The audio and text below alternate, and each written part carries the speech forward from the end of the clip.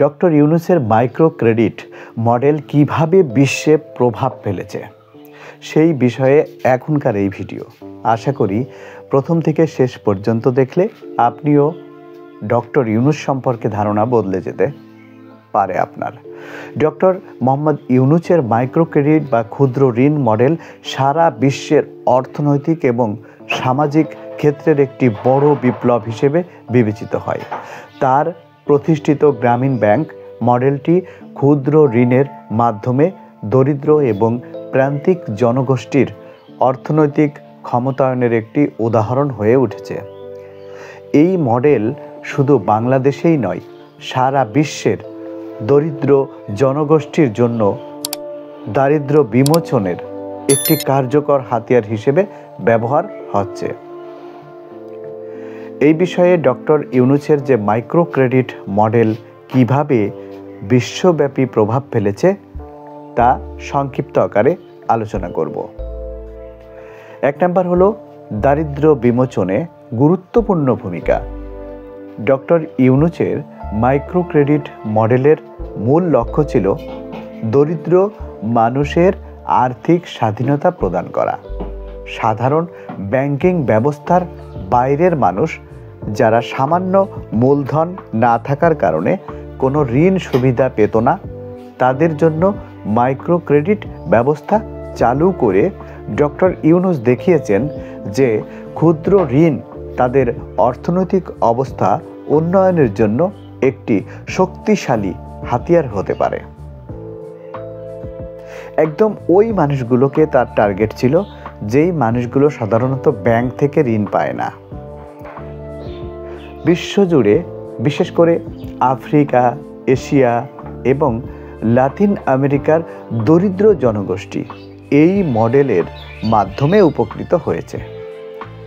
Micro credit দরিদ্র মানুষকে নিজের ব্যবসা শুরু করতে, নিজস্ব পেশায় দক্ষতা বৃদ্ধি করতে এবং নিজেদের পরিবারকে দারিদ্র্য থেকে মুক্ত করতে সহায়ক হয়েছে।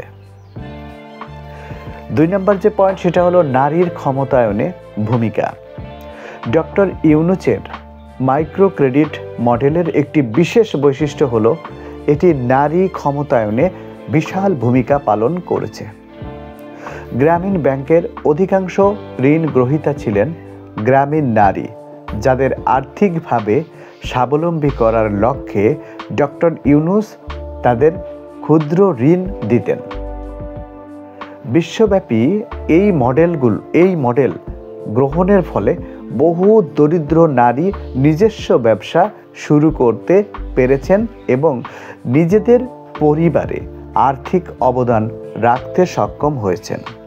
এর ফলে নারীর অর্থনৈতিক স্বাধীনতা ও সামাজিক মর্যাদা বৃদ্ধি পেয়েছে। 3 নম্বর যে পয়েন্টটি উল্লেখ করব সেটি হলো ঋণ পরিশোধের উচ্চ হার। ডক্টর ইউনূস দেখিয়েছেন যে দরিদ্র মানুষেরা ঋণ পরিশোধে অত্যন্ত সৎ এবং দায়িত্বশীল হতে পারে। তার প্রতিষ্ঠিত মডেলে ঋণ পরিশোধের হার অত্যন্ত উচ্চ ছিল, যা বিশ্বের বিভিন্ন আর্থিক প্রতিষ্ঠানকে মাইক্রো ক্রেডিট মডেলের দিকে আকৃষ্ট করেছে। এটি একটি গুরুত্বপূর্ণ উদাহরণ হিসেবে প্রতিষ্ঠিত হয়েছে যে ক্ষুদ্র ঋণ প্রদান করলে দরিদ্র জনগোষ্ঠীও তাদের দায়িত্ব সঠিকভাবে পালন করে এবং ব্যাংকিং ব্যবস্থার মূল ধারায় যুক্ত হতে পারে। দেখুন, আপনারা মাঝে মাঝেই শোনেন হাজার হাজার কোটিটা লোপাট ব্যাংক থেকে বিভিন্নভাবে, কিন্তু এগুলো করে কারা? বড় লোকেরা, কিন্তু দরিদ্রদের কাছে কিন্তু এটা সম্ভব না। তো 4 নম্বর যে পয়েন্ট সেটি বলবো বিশ্বব্যাপী মাইক্রো ফাইন্যান্স প্রতিষ্ঠানের যে প্রসার। ডক্টর ইউনূসের মাইক্রো ক্রেডিট মডেলের সাফল্যের কারণে বিশ্বজুড়ে বহুভাবে মাইক্রো ফাইন্যান্স প্রতিষ্ঠান গড়ে উঠেছে। বর্তমানে প্রায় 100টিরও বেশি দেশে মাইক্রো ক্রেডিটের মডেল অনুসরণ করে বিভিন্ন প্রতিষ্ঠান পরিচালিত হচ্ছে এবং যার প্রবক্তা এই মোহাম্মদ ডক্টর ইউনূস। বিশ্বব্যাপী মাইক্রোফাইন্যান্স প্রতিষ্ঠানগুলো ক্ষুদ্র ঋণের মাধ্যমে দরিদ্র এবং প্রান্তিক জনগোষ্ঠীকে সহায়তা করে তাদের অর্থনৈতিকভাবে স্বাবলম্বী হতে সাহায্য করছে। 5 নম্বর যে পয়েন্ট বলবো সেটি হলো জাতিসংঘ এবং বিশ্বব্যাংকের সমর্থন। ডক্টর ইউনূসের মাইক্রোক্রেডিট মডেল জাতিসংঘ এবং বিশ্বব্যাংকের মতো আন্তর্জাতিক সংস্থার কাছ থেকেও প্রশংসা এবং সমর্থন লাভ করেছে। জাতিসংঘ তার সহস্রাব্দ উন্নয়ন লক্ষ্যমাত্রা অর্থাৎ মিলেনিয়াম ডেভেলপমেন্ট গোলস অর্জনের জন্য মাইক্রো ক্রেডিটকে একটি গুরুত্বপূর্ণ হাতিয়ার হিসেবে বিবেচনা করে। এছাড়া বিশ্ব ব্যাংক মাইক্রো ক্রেডিট মডেলের মাধ্যমে উন্নয়নশীল দেশগুলোর দারিদ্র্য বিমোচনের প্রচেষ্টা চালাচ্ছে। 6 নম্বর যে পয়েন্ট সেটি বলবো নোবেল পুরস্কার এবং আন্তর্জাতিক স্বীকৃতি।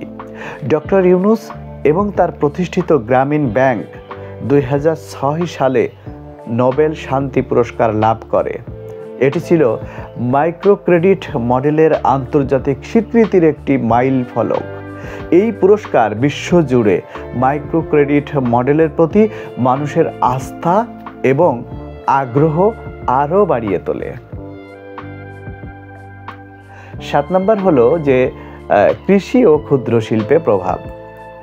মাইক্রো ক্রেডিট মডেল ক্ষুদ্র কৃষি এবং ক্ষুদ্র শিল্প প্রতিষ্ঠান গড়ে তোলার ক্ষেত্রে গুরুত্বপূর্ণ ভূমিকা পালন করছে। কৃষক এবং ক্ষুদ্র উদ্যোক্তারা মাইক্রো ফাইন্যান্সের মাধ্যমে মূলধন পেয়ে তাদের কার্যক্রম শুরু করতে বা সম্প্রসারণ করতে পেরেছে। বিশেষ করে উন্নয়নশীল দেশগুলোতে ক্ষুদ্র ঋণ প্রাপ্তির মাধ্যমে ক্ষুদ্র কৃষকরা আধুনিক চাষাবাদ পদ্ধতি গ্রহণ করতে এবং শিল্প উদ্যোক্তারা নতুন উদ্যোগ শুরু করতে পেরেছেন আরও অনেক কিছু এই ক্ষুদ্র ঋণ নিয়ে বা পেয়ে। 8 নম্বর যে পয়েন্টটি বলবো সেটি হলো বিকল্প ব্যাংকিং মডেল হিসেবে গ্রহণযোগ্যতা। ডক্টর ইউনূসের মাইক্রো ক্রেডিট মডেল প্রচলিত ব্যাংকিং ব্যবস্থার বিকল্প হিসেবে বিশ্বব্যাপী এক বিশেষ স্বীকৃতি পেয়েছে, যেখানে বড় ব্যাংকগুলো শুধুমাত্র আর্থিকভাবে স্থিতিশীল গ্রাহকদের জন্য ঋণ দিয়ে থাকে, সেখানে মাইক্রো ক্রেডিট দরিদ্র এবং প্রান্তিক মানুষকে আর্থিক সহায়তা দেয়। অনেকে বলেন এনজিও তো সুদ নেয়, এনজিওতে যারা চাকরি করে তারা সুদ খায়। হ্যাঁ, এনজিও ভালো না। তো আপনারা যে বড় বড় লোক এই সমস্ত কথাগুলো বলেন, তারা তো ব্যাংক থেকে লোন নেন, এটা কি সুদবিহীন? বিশ্বের বিভিন্ন আর্থিক প্রতিষ্ঠান ডক্টর ইউনূসের মডেলকে অনুসরণ করে মাইক্রোফাইন্যান্স পরিষেবা চালু করেছে এবং এটি দরিদ্র মানুষের অর্থনৈতিক স্বাধীনতা অর্জনে একটি সফল মডেল হিসেবে বিবেচিত হয়েছে। 9 নম্বর যে বিষয়টি বলবো সেটি হলো সমাজে দারিদ্র্যের একটি নতুন সংজ্ঞা। ডক্টর ইউনূস দারিদ্র্য সম্পর্কে আমাদের প্রচলিত ধারণার পরিবর্তন এনেছেন। তিনি দেখিয়েছেন যে দরিদ্র মানুষকে ছোট পরিমাণ ঋণ দিয়ে তাদের নিজস্ব উদ্যোগে সম্পৃক্ত করা হলে তারা আর্থিক স্বাবলম্বিতা অর্জন করতে পারে এবং দারিদ্র্য দূর করতে পারে। এটি দারিদ্র্যের একটি নতুন সংজ্ঞা তৈরি করছে, যেখানে ঋণ গ্রহণ এবং কাজে লাগানো মানুষের ক্ষমতায়নের একটি উপায় হিসেবে বিবেচিত হয়। 10 নম্বর যে পয়েন্টটি বলবো সেটি হলো সামাজিক ব্যবসার ধারণা। মাইক্রো ক্রেডিট মডেলের সফলতা থেকে অনুপ্রাণিত হয়ে ডক্টর ইউনূস সামাজিক ব্যবসা যেমন সোশ্যাল বিজনেস এই ধারণা পরিবর্তন করেন, যা শুধুমাত্র মুনাফা নয় বরং সামাজিক সমস্যার সমাধানকে লক্ষ্য করে। তার সামাজিক ব্যবসা ধারণা বিশ্বব্যাপী সামাজিক উদ্যোক্তাদের জন্য একটি নতুন মডেল হিসেবে প্রতিষ্ঠিত হয়েছে, যেখানে ব্যবসার মূল লক্ষ্য সামাজিক সমস্যার সমাধান।